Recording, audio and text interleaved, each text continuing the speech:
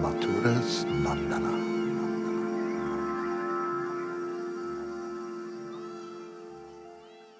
And so I just didn't do it anymore. And then eventually about 2 or 3, because I went through a lot of problems. I had to go through this program in Bombay for this Bhajan Sammilan we organized, and then I had to go through all these while I was sick, on and off sick. And there was even a war going on. This is in the 70s. There was a war going on. There was bomb raids, air blackouts. With Pakistan, was that the war with Pakistan? Yeah, war in Pakistan, right. Right. There was a period where they actually attacked India. Right. And then it became, the blackouts in Bombay, and I was there. You had no lights on. Nobody in the whole city could have lights on. Mm-hmm. And they were shooting aircraft things into the fire into the sky. I could see them. Some of them would burst. Every 10th one would burst. And you could see it at night. And I didn't see any planes, and there were no explosions, but it was all happening, Mm-hmm. And I'm sick during all this time. And I'm also running around meeting all these rich people and big shots and getting their cooperation. I got their cooperation because of Bon Maharaj. Mm-hmm. I go to see somebody in India. Like he sent me in Bombay to meet, a couple of people. One guy was Dr. Kailash, a member of parliament, and Sumati Maraji. Mm-hmm. And those two people introduced me to everybody else. Yeah. But it was just Bon Maharaj. This was Bon Maharaj's disciple. Oh, man, I was in like Flint, Mm-hmm. Because Bon Maharaj was considered, he was respected as a sadhu for 50 years already. Yeah. Practically. Amazing. And so... so how did this story with the... Just tell us a little bit about so there's this village in Nandagram, and they had this idea, so you had the Oriental College in Vrindavan, that was building quite big, but then there was this project to build a school in Nandagram. Right. Yeah, we used to go to Nandagram and stay there in Bhajan Kutir, and that was the funnest place to stay because it was the most real, I mean, there was no bathroom, no water, no electricity, no anything, no shower, no kitchen, no toilets, nothing. It was just 4 or 5 little rooms with no doors even, and no furniture, and you could just crash there and you beg your food, and the only water was there wasn't even a well. It was just, we used to have to walk down these stairs, which were like covered in moss, slippery moss, and get down to Paban Sarvar Lake and take out some water and then pour it through a cloth, and that was it. Like you can imagine what kind of, I mean, it's like... It's hard to imagine, even for somebody like me, I've lived a semi-sadhu life at different times, even that is extreme by anybody's standard. I mean, amazing. And to go to the bathroom, you have to go out in the field next to the Sarvar, and between where the kutir was, the Bhajan Kutir and the road there was just a field, and there was just hogs in there and snakes and big hogs, like the kind with the spikes on the hair sticks up on the back, and so you had to go out there, and I'd have to carry a stick and a stone. I had to carry a stick and a lota, but when I would get out there and I'd be squatting down, I was surrounded by these pigs, and they were like 300 pounds. These pigs, and they're like, like it was just like it was a Hershey bar factory, It was crazy. And I remember Prabhupada's teaching, hogs eating stool, and so but you have to pick up a rock or a percent that you did. You have to be twisting around constantly, showing them this rock, and they're like, keep them off, and have a stick in case there's any snakes. And this is how you go to the toilet, And as soon as you start to stand up, they all come running in, and you just get knocked over. That was literally radical. And that property where we used to go to the toilet. That's the property that the Nandagram people gave to Bon Maharaj if he would build a school. And there had never been a school there since the days of Krishna, because Krishna went to school in Sandipani Muni's ashram, which is in Kashmir, and so. There was no school there ever in history. And so he said they wanted to build one, and so we did. But he didn't tell me, I need you to build this school. He said, I've got my godbrother here, who was Ashram, Bhakti Shuddha Ashram Maharaj, another one of Bon Maharaj's Prabhupada's godbrothers. Okay. And he had been an architect in his younger life. And he had his own disciples in Bengal, and he used to come every year, stay for 6 months with Bon Maharaj too.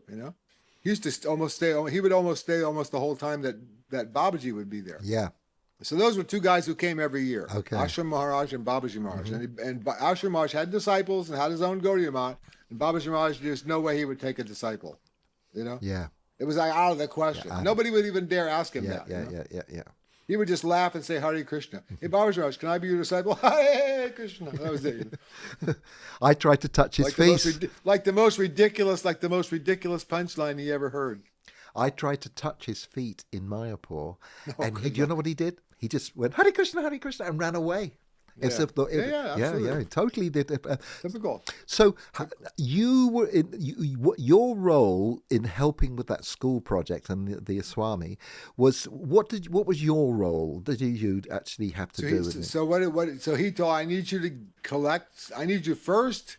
He said we've created we've just got a design by my godbrother Ashram Maharaj, and he's also made a list of the materials. He needs stone slabs. What's a stone slab? I don't know what a stone slab is. These big red stone slabs. These stone slabs. This many. This size. This many. We're talking 8 trucks worth of things. We need iron girders. What's an iron girder? I don't know any of this stuff. I'm just a rock guy from a band.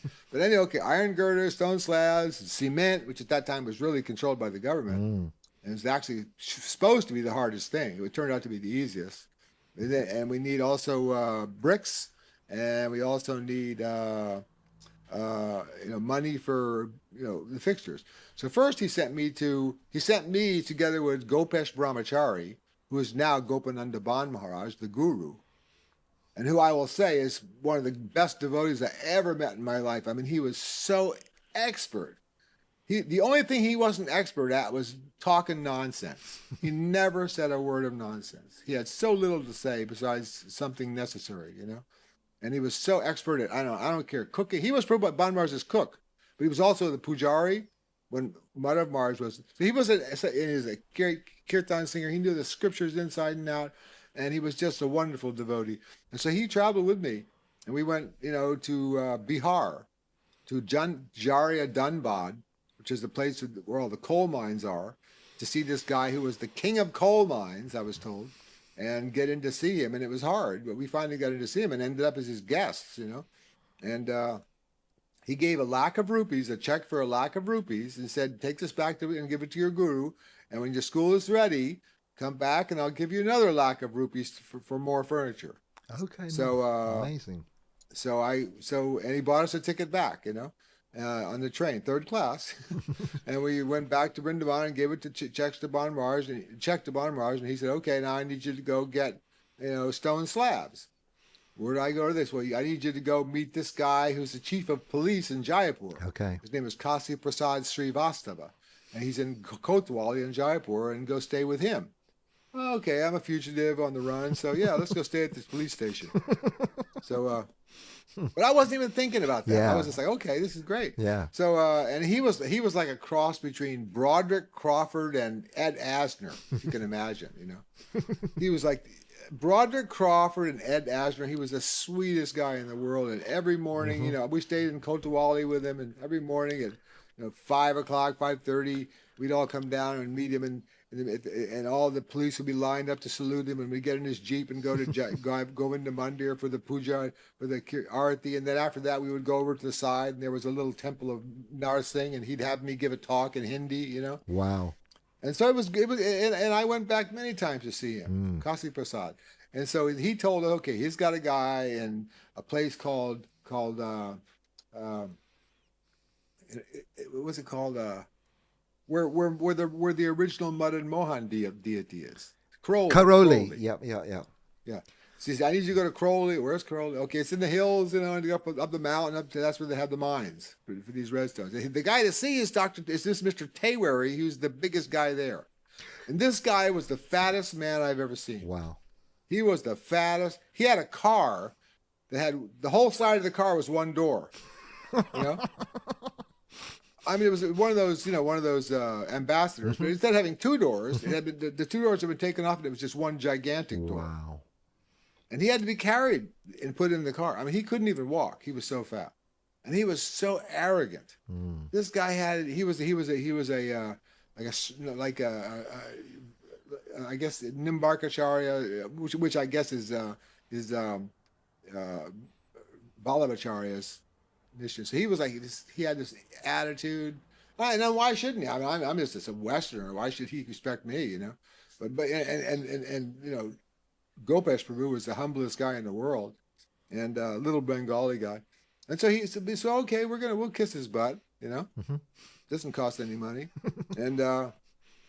So so we gave him the list. He'll arrange for all that. We had to stay in a Dharamshala outside of town. You know, I mean, this is a rustic place. This is they've never seen a white man, ever, at this point, you know. I was like, they didn't even know if I was a foreigner. They thought I was just an Indian, because I spoke Hindi and everything. So we stayed for a couple of weeks to get all, he was going to cut them all. Then he told me, okay, I need you to go get the trucks to take him back. So I had to go to the trucking people, who were a bunch of Sikhs, and convince them to give me about, you know, his 8 or 9 trucks to carry these things to the underground, you know, for free. I want them to pay for it, you know. And they agreed. And so we did it. And then we went back and told Bon Mars they didn't come. So he said, let's go back again and see him again. Oh, okay, I'm sorry. And then he finally sent them, but we had to go back with like it was Gopesh Prabhu and I in the front truck. The lead truck. There's like 9 trucks loaded up with these stone slabs, big, thick red stone slabs. And I mean, the front seat of the truck was a 2x4. It wasn't a bunch of them. It was one 2x4, you know, that you're sitting on. And behind you, you're going to leave it again. That's the gas tank. There's a gas tank, you know. And I mean, this is how it was it was hard to believe that there could be trucks like that. Yeah. You know? And we drove all night long, all the way, and came into an underground in the early morning, you know, about 7 o'clock, got to an underground, and all the Bridgevasis were there and celebrating, and they were unloading all those stones. And I was like, wow. The Bon Mars said, okay, now I need you to go get iron girders. This many iron girders, this many lengths. And so iron girder is like something you can't even pick up. I mean, one man couldn't pick up an iron girder, even the end of it, you know. It was huge, and super big. Yeah. So what did I do about? So I went to Delhi and saw Hansraj Gupta, who was the mayor of Delhi, and he was also a big shot in their Lower Bazaar, the iron market, which was the funkiest scene. I mean, it was just a potholed, open-holed, muddy, you know, with all these bullock carts dragging things and screeching coolies, and it was just, and all along the sides of it, just these ramshackle, with these rich guys sitting in there with no air conditioning with their feet up and chewing betel. It was the funkiest thing. But I would go, he gave me a list of people to see that respected him. And he wrote down, you know, 5 girders, you know, and he pledged. And then I'd go to see the people he told me to see first. Okay, 5 girders. Then finally he gets to some guy that he goes 3. And then, everybody's 3. And pretty soon I got all these people. Then I had to get truckers to take these, and that's another 8 trucks of iron. Were you going around in a taxi or a car to meet them all? How were you No, walking, barefoot. Wow, barefoot through the mud. Wow, barefoot. Barefoot. Everywhere. Could you just you actually put your vision down a little bit earlier? You moved your you need to either move the camera a little bit so less above your head. Turn the angle a little bit. Touch it. Okay. But you did move. Okay, yeah, that's better. You were sinking. You were sinking in the picture. Okay, that was fascinating. Wow, thank you. That was great. You really took me there. So that took a couple of weeks. Okay, but that must have been also after kind of your isolation in the ashram and here and there, like a totally another going off into this world with all these things. And I mean, very few people get to experience that. Well, I have other devotee friends who did that in other parts of India, but at that time, so obscure, incredible. Okay, and now, so that was built. So then I had to get arrange trucks. Okay. So I went to a trucking association at the Lower Bazaar, and there was a bunch of Sikhs, and they said, well, you need to give a talk to the Lions Club and to the Rotary Club, and so I'd give talks in Hindi about, you know, Shuddha Bhakti, Anya Vilashita Shunyam, Jnana Karma, Dhyana, just giving the explanations, and they just loved it because that's just the essence of Hinduism, really. You know? Yeah. And every Hindu loves to hear that, you know. Yeah. And so So then they agreed, and we got all those girders delivered there. Then I had to get cement. Then they bought the bricks. Then I had to go get cement, but cement was controlled by the government, totally. So that's when I went to Hans Rajgupta, and he said, "Well, listen, the guy that controls the cement is a guy named J.D. Dalmia, Jai Dial Dalmia, and his headquarters is Dalmia Industries, Dalmia House in the center of Delhi, and he's the richest guy in the country." Yeah. And he was building the Krishna Janmabhoomi temple, and he was a skinny little guy, a totally humble little guy, that. And so I got in to see him, and because I could speak Hindi, I impressed his secretary Sharma, and I got in to see him, and then he invited me to his house and stay overnight. Stayed at his house, had dinner with him, and his house was like a 5-star hotel. It had a lobby with a receptionist with all these phone lines plugged into the old-fashioned style thing, and bald boys. It was amazing. I'd never seen a rich person like that, and. We're sitting there on these golden tallies and sitting together, and I'm eating this delicious, this kind of, I don't know, Gujarati style vegetarian food, and he's drinking barley water. Barley water. That's it. Wow. What's the deal? Well, he couldn't drink he couldn't eat anything else because despite of his riches. I mean, if you're rich in India, you can eat ghee. But if you can't eat ghee, I don't care how rich you are, you're not. So he had to drink barley water, which I thought was pretty funny that such a rich guy, or not funny, but pretty. So anyway, he agreed. Okay, I'll give you all the cement, and I'll send it to you. Wow. So now are you happy? And I told him I've been dreaming about cement all my life, and I couldn't imagine anything better than a bunch of cement. I teased him. I said, actually, it's not for me. It's really for the school. I don't really have a whole lot to do with cement. It's funny as much as it means to him. So anyway, and then we became really good friends. And when I'd go to Delhi, I could stay with his house, and I could go in his office anytime I wanted. And I had a lot of people like that in Bombay too. I could go see Sumati Maharaji anytime. And the second time I went there in Bombay to finish off the project, she told me to come every morning at 8:00 to her office, Scindia Steam Navigation office, and take her car. It would drop her off and take me the whole day. Wow. Brilliant. But this is after 4 months of walking around barefoot in the beginning. Incredible. So that was your okay. While that was going on, had you become Lalita, because your sannyas name was Lalita Nanda? Yeah, right. At that point I was a sannyasi. You were a sannyasi. So we're talking about, we've moved on to, okay. So during this period while you're active doing this, I think, isn't more devotees, hadn't Guru Das and different people moved into Vrindavan, and they were getting involved with getting the Krishna Balaram temple? Around 71 they started coming. So did anybody go out of their way to meet you? But I wasn't really there that much. Okay. I was in Bombay, I was in Delhi, I was doing all the stuff that Bon Maharaja wanted, because once I did this school in underground, then he realized, this guy's capable. Yeah. And so then he gave me other projects, which I did also. Then he had me do a Srimad Bhagavat Similin in Delhi with all the big shots of Delhi. So what was that? Okay, so maybe you can explain to the what is a Bhagavat Similin, and what did what was involved, and how many people came, and how tell us a little bit about that. Well, the Bhagavat, the program we did in Bombay was a Bhajan Similin. So it was an assembly of people to hear bhajans, and I had all the top singers in Bombay, Geeta Prem, Lakshmi Shankar, everybody was there for free, performing for free. And that was in the Tej Paul Auditorium, which was the nicest place in Bombay, the nicest auditorium. Everybody came, all the rich people. And the souvenir book is how we did you organize that bhajan? The souvenir book yourself? Yeah. Wow. The souvenir book that we distributed on that occasion contained all the advertisements that allowed those guys to give us money. Yeah. And so then after that, he wanted me to do something else in Delhi, and so we chose the subject of Srimad Bhagavatam. And we got, the head of the Institute of Oriental Philosophy to speak on the subject of Rasa Tattva in the Bhagavatam. We got this scholar to speak about that. So you can see it. I see. I sent you I've actually still got the papers. She give who was involved, who was on the committee. The head of the committee was Sumati Maharaji. Okay. Who sent Prabhupada. She was the head of our committee on that occasion too.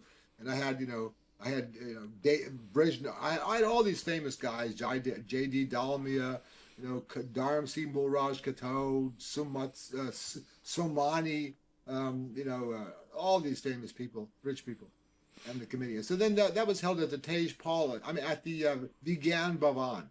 In Delhi, the highest class place was the Vigyan Bhavan, where we had the lieutenant governor and the mayor and all these people come. So it was the best place in town to do this. And it was packed. It was packed with, and Bon Maharaja came for the occasion, and the mayor, Hansraj Gupta, came, and the lieutenant governor came. And after the program was over and all these subjects were discussed, and the Bhagavatam was the discussion, and it was packed with people. I mean, everybody had been invited, all these important people. And I was amazed to see how many people were interested to hear this discussion. Mm-hmm. I mean, big people. Mm. And then again, we put out this souvenir book that I still have a copy of. Okay. And after it was over, I had to give thanks in Hindi and with some Sanskrit verses and say thanks to everybody, which I've got a photograph of. You can, I think I have. Yeah. Now it makes sense. Now I get the context better now. Thanks. This is in 73. This is in 73. Okay. So, I became a sannyasi at the end of 70. Okay. At the end of 70. So you after the Nandagram school was built, that's when he said you should take sannyas. Okay.